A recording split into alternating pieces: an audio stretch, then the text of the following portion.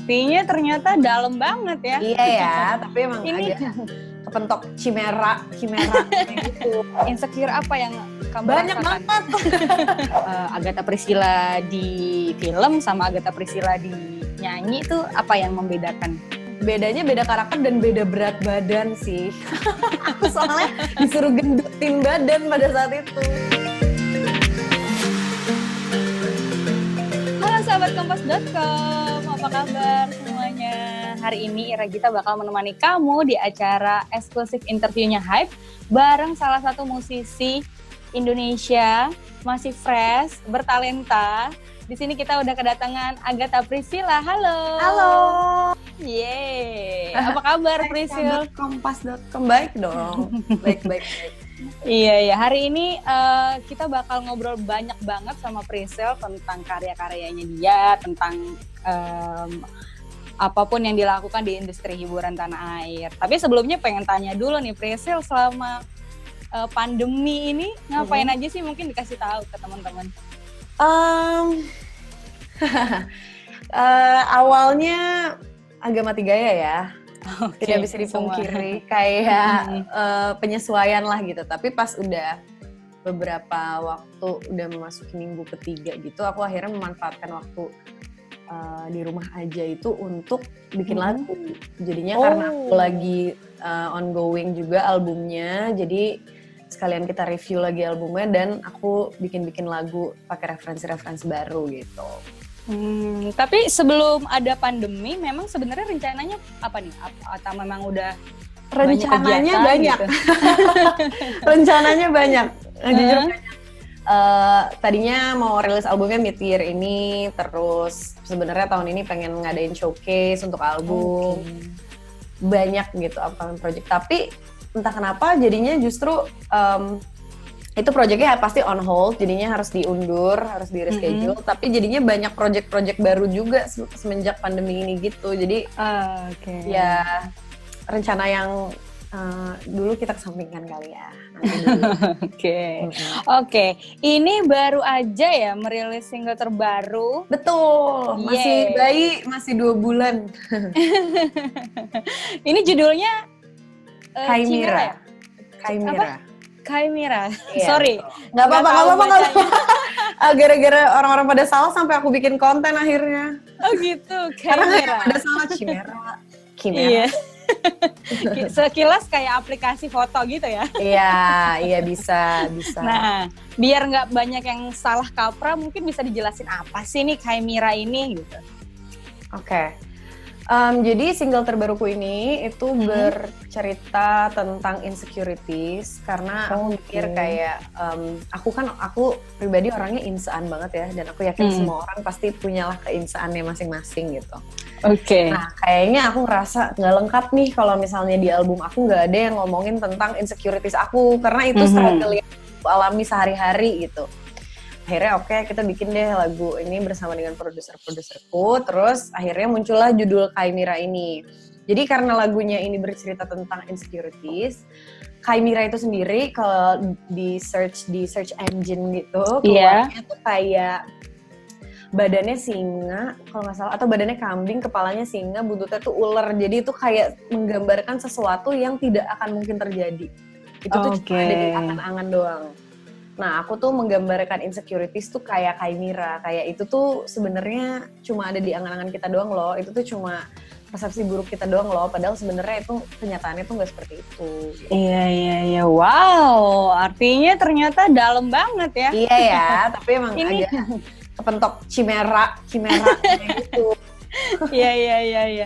Tapi ini dapat apa ya, kata ini sebenarnya dari apa nih? Maksudnya apakah judulnya dulu yang diciptakan atau memang udah ada kata ini dari awal atau gimana? Nah, jadi sebenarnya aku emang agak mengalami kesulitan untuk nyari judul, karena kayak pas kita review lagi dari liriknya kan ada yang bantuin aku bikin lirik namanya Hendar yang featuring juga sama aku di single ini, namanya Popsicle.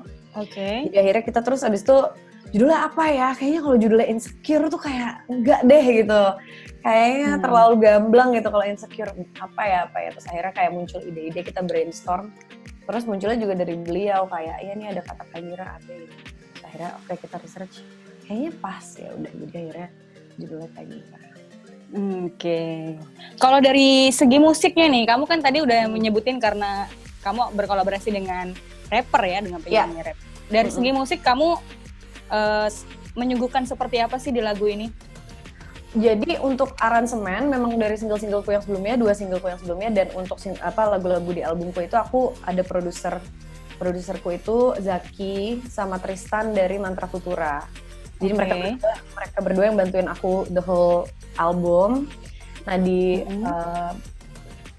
cara bekerjanya biasanya setiap single adalah aku akan bikin dulu notasinya, aku akan ada dulu konsep dan notasinya, aku bikin notasinya di voice note gitu. Pokoknya organik deh, aku kayak gitu. Habis itu aku kasih ke mereka, aku lempar ke mereka, kita workshop beberapa kali, mereka yang menyempurnakan aransemennya gitu. Tapi emang awalnya yang initiate harus dari aku dulu gitu. Oke. Tapi kalau menyuguhkan musik R&B kayak gini memang kamu banget atau gimana sih? Sejauh ini sih dari beberapa bertahun-tahun sebenarnya aku bernyanyi, aku kayaknya yang emang paling cocok untuk aku tuh genre pop dan R&B.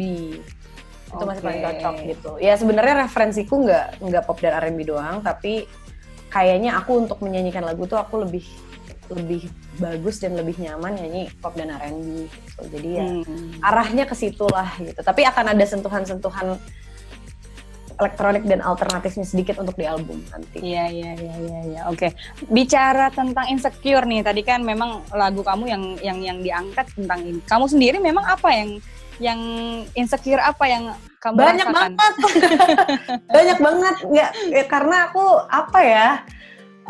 aku judgmental terhadap diriku sendiri sih, kayak ya maksudnya adalah pasti, dan aku yakin kayak nggak jauh-jauh dari fisik, insecure dari takut kehilangan motivasi, takut kehilangan ini. Jadi kayak aku insecure sebenarnya banyak di setiap aspek gitu tuh pasti ada insecure-nya.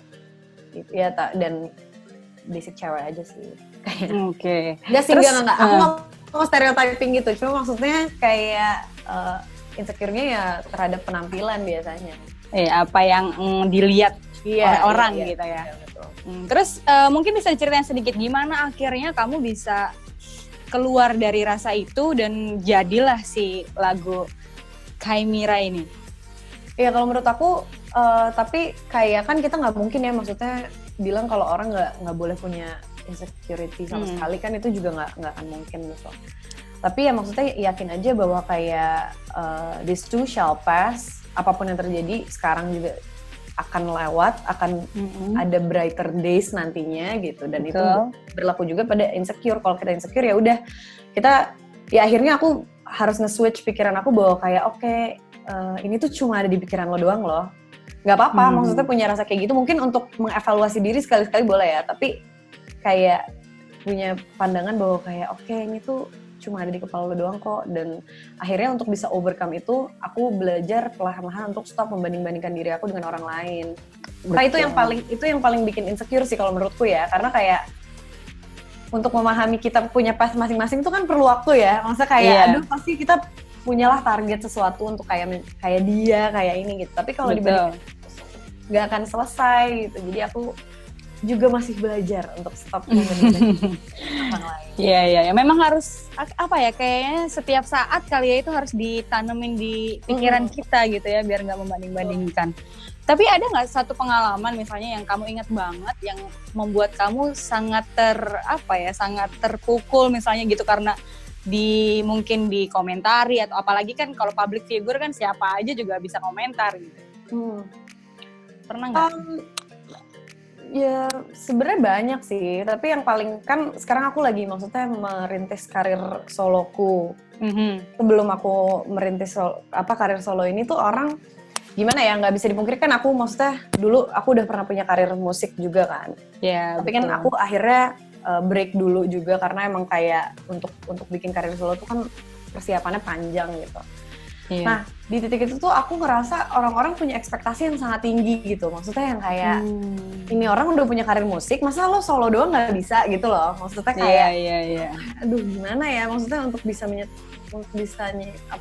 nyampe ke ekspektasi orang tuh gimana gitu. Karena gak segampang itu gitu. Sementara orang nganggepnya kayak ya gampang, lo kan udah biasa gitu loh. Iya, Jadi, betul. jadinya makin insecure kayak, aduh gimana ya harus bikin musik, gimana ya orang bakal suka nggak ya gitu.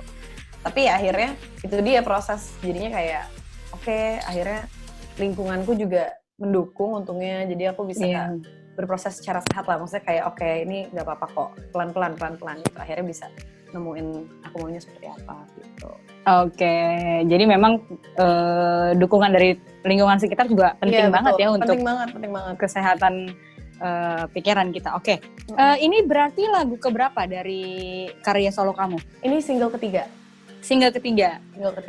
Oke. Rencananya apakah akan, tadi kan kamu udah sebut-sebut ada album nih, mungkin bisa dibocorin sedikit sekarang udah sejauh mana sih persiapannya? Aduh, aku tuh gini ngerasanya langsung ditampar sama deadline gitu. Oh gitu ya? Persiapannya aku jadi kemarin udah sempet workshop beberapa kali juga sama yang bantuin bikin lirik, dan dari produser-produserku tuh aku udah kalau bisa dibilang mungkin 60% kali ya. Oke. 60% udah segitu.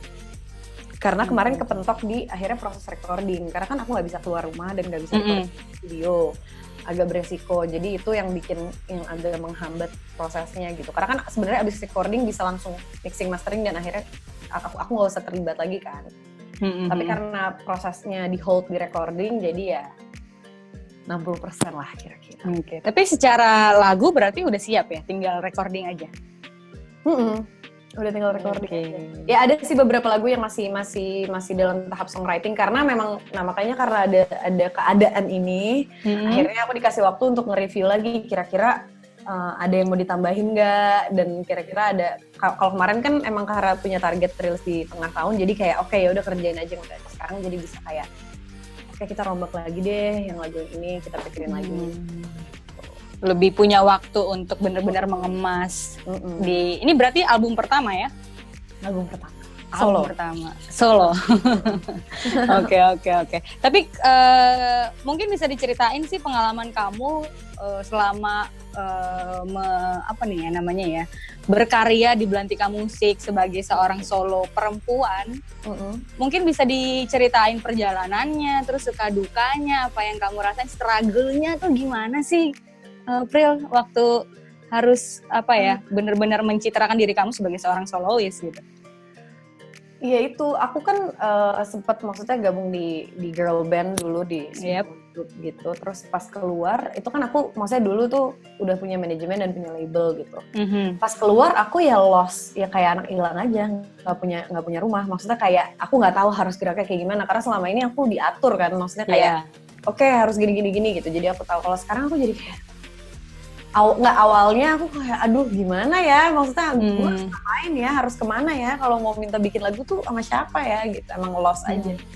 Tapi ya itu makanya proses, jadi abis itu diajakin sama Baskara sama Hindia untuk kayak kita mau bikin label nih segala macam, terus aku kayak oke. Nah baru akhirnya mulai dari aku sudah memasuki label yang sekarang, prosesnya dibantu untuk dari segi konsep, dari segi branding, semuanya dibantu. Dan maksudnya brainstormingnya bareng-bareng. Oke. Tapi berarti setelah solo ini kamu merasa ini adalah diri kamu yang sebenarnya atau sangat amat. Iya. Aku di happiest place aku nih sekarang. Iya, memang kalau berkarya yang penting itu sih ya, dari kita harus jadi diri sendiri, apalagi seorang penyanyi. Betul. Gitu ya. Dan itu menurutku yang paling susah sih, maksudnya sampai sekarang pun aku masih punya harapan bahwa aku ya pengennya menjadi penyanyi yang jujur aja. Karena untuk vulnerable, untuk bisa kayak akhirnya menuangkan diri di karya tuh ternyata nggak bisa instan gitu. Betul. Ada sih yang banget aja. Kalau kayak butuh waktu. Tapi seru. Oke. Tapi kan kemarin waktu sebelum ada single ini kamu juga sempat main film nih. Mungkin bisa kayak dari kamu sih sebenarnya memang udah fokus pengen nyanyi aja, atau memang kalau misalnya ada acting tawaran diterima juga, atau gimana sih? Jadi aku itu nggak bisa bohong kalau aku juga suka, maksudnya acting ya, dunia acting tuh aku Iya. dari dulu juga suka banget gitu. Maksudnya aku itu hobi, itu salah satu hobi juga. Jadi kalau selama karakter filmnya itu pas untuk aku, cocok untuk aku, dan skenarionya itu ya bagus menurutku dan timku, ya kenapa enggak gitu. Tapi emang kalau misalnya dibilang utamanya, aku pasti nyanyi, lebih pilih nyanyi. Prioritasnya masih nyanyi berarti Prioritasnya masih nyanyi. Tapi sejauh ini ada nggak bedanya? Maksudnya ketika Agatha Priscilla di film sama Agatha Priscilla di nyanyi itu apa yang membedakan secara karya? Apa ya, kalau di film kan ya pasti kita harus melebur sama karakter kan, jadi udah pasti beda. Maksudnya udah pasti beda sama aku ya, kecuali ceritanya menjadi aku gitu, filmnya tuh maksudnya menjadi Agatha Priscilla gitu. Tapi kalau film menjadi karakter lain ya, aku kan mau nggak mau harus masuk ke dalam karakter itu, jadi udah pasti beda. Kayak itu, dan itu tergantung filmnya. Kemarin kalau bebas ya karakterku kan ya. Ya, aku tonton tuh filmnya. Bedanya beda karakter dan beda berat badan sih. Aku soalnya disuruh gendutin badan pada saat itu. Oh gitu. Dan aku sebagai Agatha Priscilla kan nggak mau ya, maksudnya kayak janganlah, biar kita sehat gitu, jangan terlalu gimana gitu makannya. Tapi karena kemarin tuntutan itu, jadi kayak oke deh, ayo deh gitu. Jadi setelah film itu PR untuk menurunkan lagi berapa lama tuh? Berapa kilo yang diturunkan? Susah banget lagi, aku nggak ngitung. Tapi untung sekarang udah lumayan turun sih. Oke. Memang sangat ini ya, maksudnya totalitas tapi, ya. Iya, tapi seru, maksudnya ya harus 100% gitu, nggak bisa nanggung-nanggung, karena kayak betul. Ya kita emang dituntut untuk menjadi sebuah karakter, jadi mau harus berubah menjadi dia gitu. Kalau dalam musik sendiri, Pril, apa ya namanya, orang-orang yang mempengaruhi musik kamu tuh siapa aja sih? Mungkin bisa dikasih tahu. Yang kira-kira yang sering kamu dengerin, terus yang akhirnya mempengaruhi musik kamu. Nah itu sebenarnya aku nggak bisa, maksudnya aku untuk sekarang aku punya beberapa nama, tapi dari waktu ke waktu tuh ganti-ganti. Maksudnya aku nggak bisa bilang kalau kayak oke, aku dari dulu ngikutin ini, karena seiring berjalan waktu kayaknya referensi aku berubah dan aku lebih nyaman misalnya nyanyi kayak lagunya siapa gitu. Kalau untuk sekarang sih yang masih nyangkut dari dulu sih penyanyi R&B paling keren menurutku India Arie, tetap India Arie. Terus sekarang karena aku lagi belajar backing vocal arrangements, aku juga dengerin Jacob Collier banget. Terus yang untuk yang organik, yang kayak nyanyinya cuma pakai gitar, suaranya bagus banget, ada namanya Lien Lahafas, dia dari London gitu. Jadi banyak, maksudnya, dan seiring berjalan tuh aku bisa nih misalnya berubah lagi misalnya beberapa bulan ke depan gitu, karena pasti kan referensi kan seiring berjalan waktu berubah juga. Iya. Sempat ada kepikiran mau kolaborasi entah sama musisi atau sama siapa nggak sih, Pril? Maksudnya untuk albumku apa gimana? Iya, mungkin untuk karya kamu juga, atau mungkin bisa proyek kolaborasi entah sama India mungkin, atau sama siapa gitu, atau ada nggak yang pengen kamu kolaborasi? Kalau kolaborasi untuk di album ini sih belum ada ya. Cuma pasti kalau harapan aku adalah, maksudnya ada beberapa nama-nama yang aku pengen banget kolaborasi, tapi aku nggak mau sebut karena takut jumawa ya, maksudnya takut orang mau sendiri nih. Iya. Ada pasti harapan untuk kolaborasi, tapi mungkin di albumku yang sekarang belum. Baru kemarin doang. Ini juga yang featuring sama rapper ini baru pertama kali aku kolaborasi sama seseorang. Atau mungkin ada rencana mau kolaborasi sama Ivy, atau sama Sivia, atau sama... Mungkin boleh kali ya kalau berdua doang, kalau berempat kayaknya sih enggak. Nggak mau menebar harapan, nggak akan ada comeback, itu aja. Iya. Tapi kangen nggak sih? Kangen banget. Kemarin kita sempat ngumpul. Oh iya.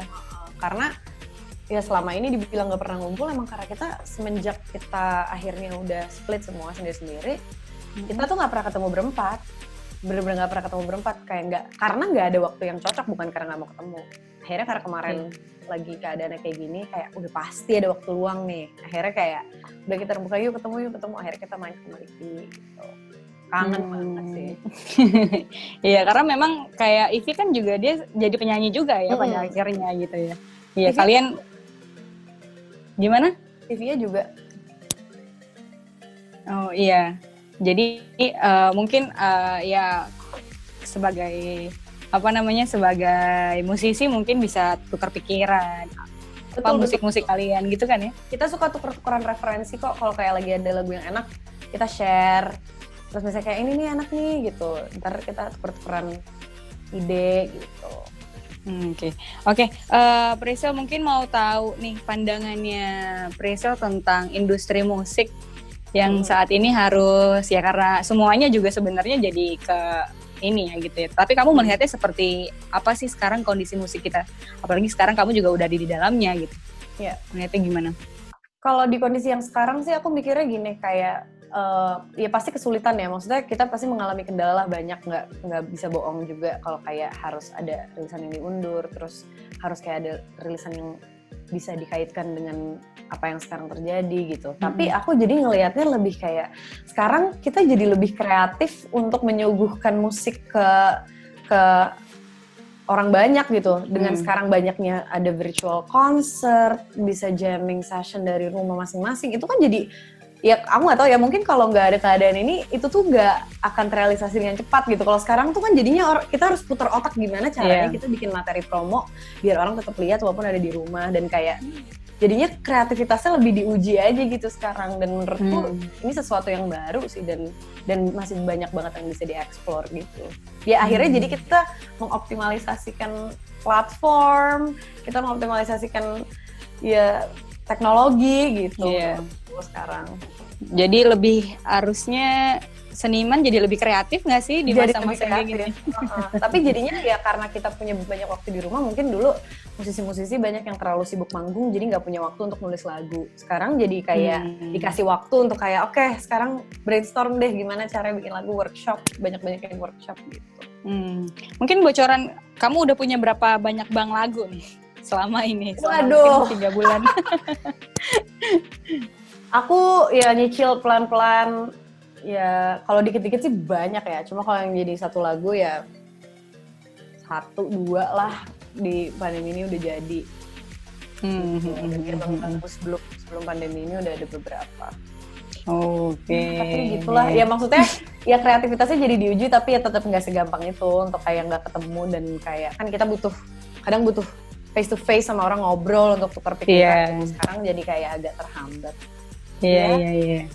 Salah. Ya, ada juga memang mereka yang nggak mau maksain untuk tetap kreatif gitu ya. Udah memang lagi pengen istirahat aja gitu. Iya, dan menurutku emang maksudnya santai aja sih. Maksudnya nggak usah dipaksain untuk produktif, karena menurutku itu akan jadi stres sendiri gitu. Jadi mendingan ya kalau lagi nggak bisa produktif ya terima aja gitu.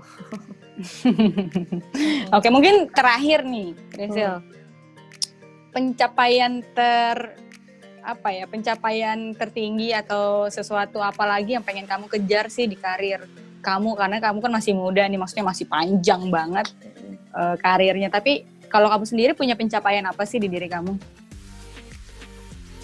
Pencapaian yang akhirnya sekarang harus ditunda dan dipersiapkan lagi itu adalah aku pengen banget punya konser sendiri sih. Aku pengen banget bercerita lewat karya-karyaku dan lewat sebuah pertunjukan yang emang didesain untuk menceritakan itu gitu. Jadi emang aku pengen banget punya showcase sendiri gitu. Gak usah banyak-banyak, orangnya juga nggak apa-apa, tapi yang penting aku tuh pengen banget bisa menyelenggarakan itu gitu, dan atas namaku dengan karya-karya yang aku buat sendiri bareng sama teman-teman musisi lain yang bantu gitu. Pengen banget sih, itu showcase masih jadi cita-citaku yang pertama. Habis itu baru album kedua, album ketiga, baru kita keluar negeri ya. Itu nanti dulu. Iya. Masih panjang sekali. Berarti soal yang showcase itu berarti udah sempet terencana ya? Terencana. Oke, karena pandemi. Iya, habis showcase baru aku pengen punya konser sama orkestra kali ya. Wow. Masih panjang banget sih, tapi ada mimpi itu. Pengen banget. Oke. Wow. Terima kasih Agatha Priscilla. Sama loh, thank you banget udah mau ngobrol-ngobrol. Iya, sama-sama. Jadi itulah dia ya. Jadi buat untuk teman-teman yang nonton nih di rumah di mana aja, jangan lupa mendengarkan lagu barunya Agatha Priscilla. Udah available di all digital streaming platform. Wow, udah bisa didengerin. Jadi Ya. silahkan. Kalau fansnya Agatha Priscilla tuh apa sih namanya? Waduh. Waduh. Apa nih? Priscilicious. Oh, Priscilicious. Jadi para Priscilicious, jangan lupa dengerin lagu barunya Chimera ya berarti. Chimera ya. Chimera, oke. Dan single-single yang sebelum. Iya betul, itu juga Iya. jangan sampai kelewat gitu. Udah ada di platform-platform. Oke, terima kasih buat Agatha Priscilla. Thank you Sukses ya. buat semua. Yes, Sukses stay buat safe. semua karya. Thank you. Amin. Terima kasih. Ditunggu Sehat-sehat. karya-karya selanjutnya. Ya, pasti. Nanti dikabar-kabarin ya kalau aku ada karya selanjutnya. Pasti dong. Oke. Terima kasih juga buat semua para penonton yang udah nontonin live interview ini. Jangan lupa like, subscribe, atau share video ini kemanapun supaya semua orang tahu kalau Agatha Priscilla punya karya terbaru. Oke, saya Ira Gita pamit. Sampai ketemu lagi di interview eksklusif Hype selanjutnya. Dah. Bye.